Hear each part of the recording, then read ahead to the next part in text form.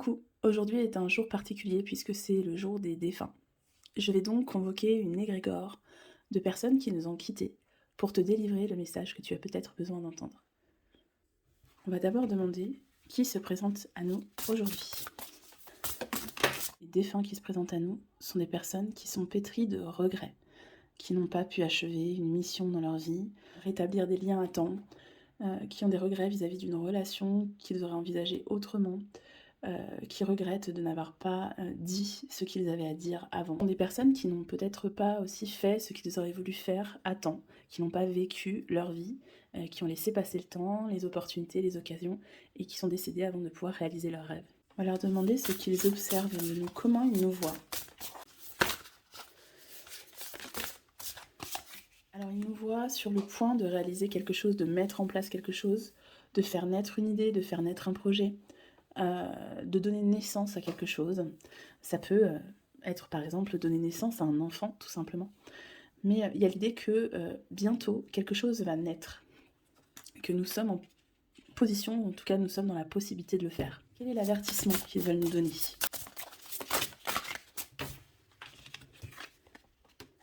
Retrouvailles. Peut-être qu'il nous avertit qu'à force de trop attendre les retrouvailles justement avec eux, avec ce monde, cet au-delà qu'on ne perçoit pas ici dans le monde matériel, on s'empêche de vivre notre propre vie. Peut-être qu'on est trop dans l'attente de revoir nos défunts, de pouvoir leur parler, d'avoir un signe d'eux. Ce qui fait qu'on n'est pas dans une énergie où on vit l'instant présent, où on agit pour mettre en place cette naissance, ce renouveau. Donc l'avertissement, ce serait peut-être d'être plus ancré, d'être plus dans la matière et un peu moins dans l'attente de signes de l'au-delà, de l'univers, de nos défunts. De lâcher un peu prise et de vivre notre vie maintenant. Qu'est-ce que nous devons lâcher selon eux ? Selon nos défunts qui s'adressent aujourd'hui à nous, les défunts qui ont répondu à l'appel, que devons-nous lâcher ? Hop. Alors, on a un message libre, donc ça peut-être que ça nous invite à la liberté. Ça me parle aussi beaucoup de rigueur, d'être moins rigoureux, de chercher moins de cadres, de chercher moins de méthodes, de laisser aller sa créativité et de suivre son intuition plutôt que d'avoir besoin absolument qu'on nous fournisse un cadre parce que ça nous rassure. En fait, ça nous fait tout le contraire. Le fait d'avoir un cadre, c'est en train de nous empêcher justement de vivre dans le présent et ça nous pousse à chercher des réponses dans l'éther, dans la spiritualité. Et en fait, c'est contre-productif parce que ça nous ancre pas dans le présent. Et j'ai l'impression qu'on nous invite à ça. Alors on va voir. Ce que nous devons lâcher, on nous parle de secret aussi, à lâcher.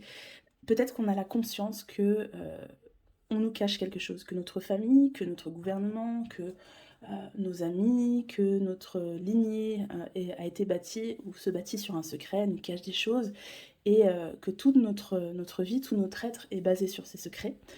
Et on nous invite vraiment à lâcher ces secrets, à peut-être passer à autre chose, à les accepter comme faisant partie de notre construction. En fait. Ça peut nous inviter aussi à nous libérer des secrets qu'on cache en nous, parce que ces secrets peuvent représenter un poids, ou ont pu représenter un poids pour ces personnes qui ont aujourd'hui des regrets. Peut-être que le regret, c'est de ne pas avoir libéré des secrets.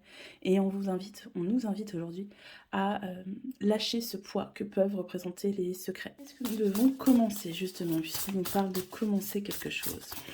Qu'est-ce que nous devons commencer ? Alors, effet miroir. Effet miroir, ici, on nous invite à commencer à travailler sur nous-mêmes, en acceptant le fait que ce que nous voyons chez les autres est souvent révélateur de ce qui se trame en nous, des blocages que nous avons en nous. Et il est important qu'on prenne conscience que tout part de nous, que l'on est capable justement de donner naissance à ce que l'on souhaite, et qu'il faut arrêter de chercher en l'autre la faute, de rejeter la faute sur l'autre.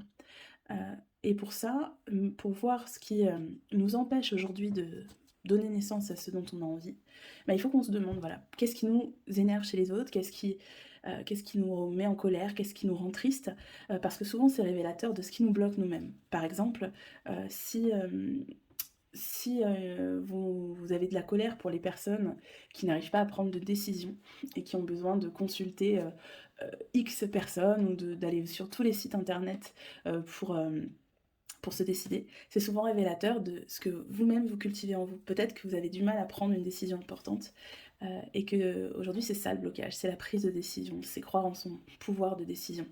Donc voilà, on nous invite à travailler sur l'effet miroir. On va enfin demander ce qui va venir à nous si on applique ce conseil, de travailler sur l'effet miroir et de nous reconnecter à notre source intérieure.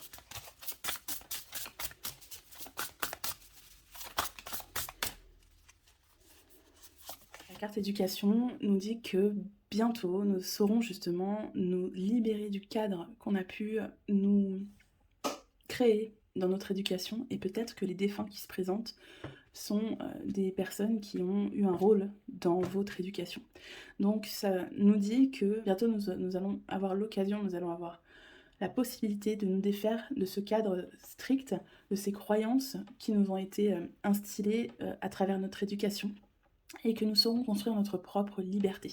Ça rejoint ce qu'on disait tout à l'heure, ce que je vous disais tout à l'heure, avec le fait que là, on a tendance justement à rejoindre un cadre qui nous rassure et qui nous empêche de vivre dans l'instant présent, qui nous empêche de réaliser ce dont on a envie, là, tout de suite.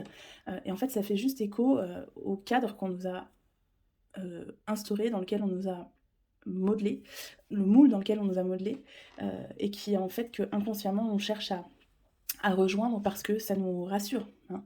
Donc voilà, on nous dit que nous allons bientôt réussir à quelque part exploser ce cadre pour vivre nos projets, pour vivre notre mission de vie de la façon la plus libre qui soit. Donc c'est un message de libération qui nous est envoyé ici par cet égrégore de défunt. Voilà, j'espère que ça vous a parlé, je vous fais de gros bisous. Ciao ciao.